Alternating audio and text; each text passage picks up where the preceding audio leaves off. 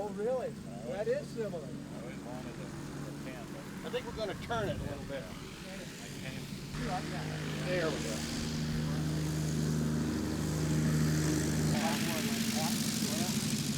Do it again.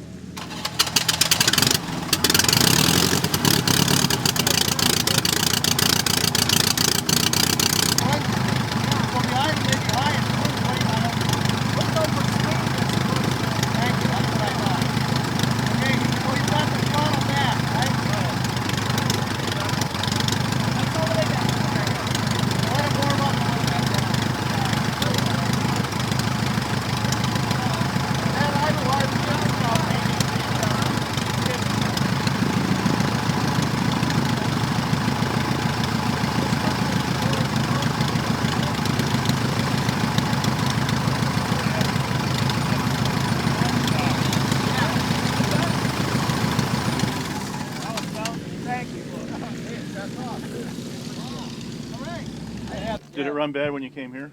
When you came into land? Now, well, yeah, as a matter of fact, when I stopped at Pella 2 days ago because it was so crappy here, and I throttled back on final and the motor quit. That's running But that's bad. okay, I had the runway, he landed it, started it back up again, pulled the plug, sooty like mad. I thought perhaps the idle adjustment wasn't quite right, but I got it to run again, leaned out, flew here, everything was fine until I came in on final and I pulled back a little bit and it started to run rough, so put it back in and I landed way faster than I like and pulled the engine off after I got tires on grass and the engine quit again. And it was just way rich.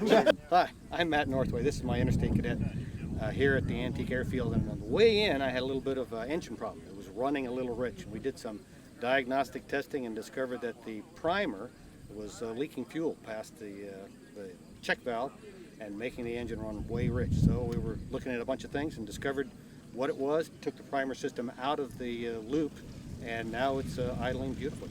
We're good to go again.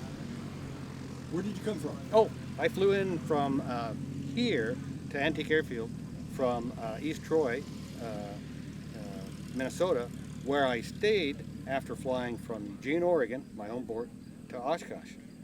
Parked it in East Troy, waited a couple weeks, and then flew here to Antique Airfield. And you feel comfortable now flying it back to Eugene? Oh yeah, I do. In fact, I probably shouldn't have, but I felt comfortable flying it here, even though I knew there was a mixture problem. But the plane is extremely reliable as far as flying characteristics, not scary at all. So I knew as long as the engine was running, I'd have no trouble. Tell us about your plane. It's a 1941 Interstate Cadet. It was a trainer that the Interstate Aircraft Engineering Company put together and tried to convince the U.S. government to buy them for trainers.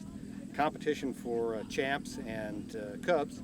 It's originally, this plane came from the factory with a Franklin 90 and rolled out of the factory floor 3 weeks before Pearl Harbor and got its CAA license 2 weeks before Pearl Harbor and was promptly grounded with all other commercial aircraft on the West Coast.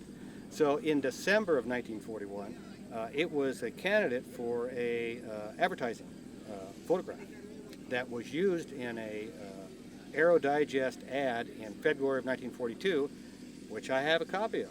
And we used that photograph to determine the paint scheme and its operation. So we've replicated the exact paint scheme of the original, but it was a blue and yellow plane instead of cream and orange.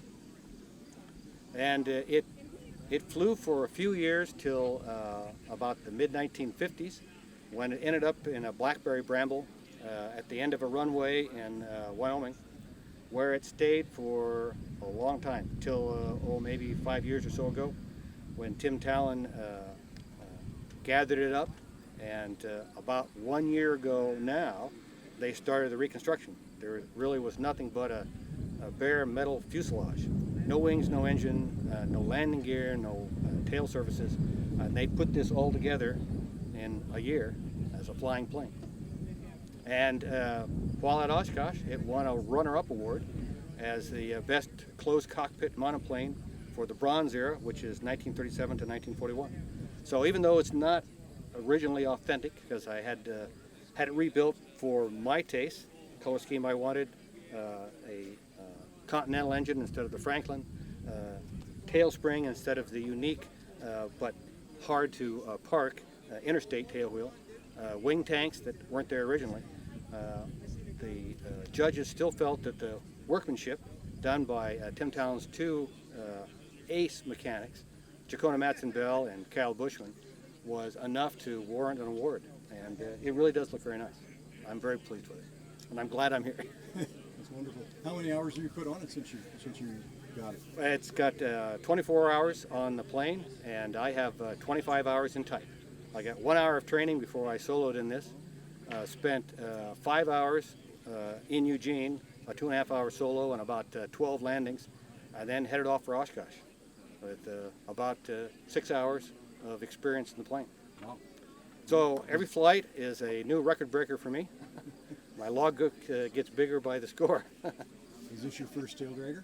No, I've owned a Commonwealth Sky Ranger for a decade, and another old kind of strange plane, but a very stable, comfortable plane. And its really only drawback is it's not light sport qualified, and this one is. And that was really what prompted me to start looking for a light sport aircraft. I'm not as young as I used to be, and someday I may not be able to fly with a regular medical, and that was my planning. But if I'd known this plane was as sweet a flyer as it was to start with, I would have purchased one of these 10 years ago instead of the Commonwealth. But Commonwealth's been a good plane. And in fact, while this plane was waiting for me in Wisconsin, I went back to Eugene and did my BFR and my Commonwealth.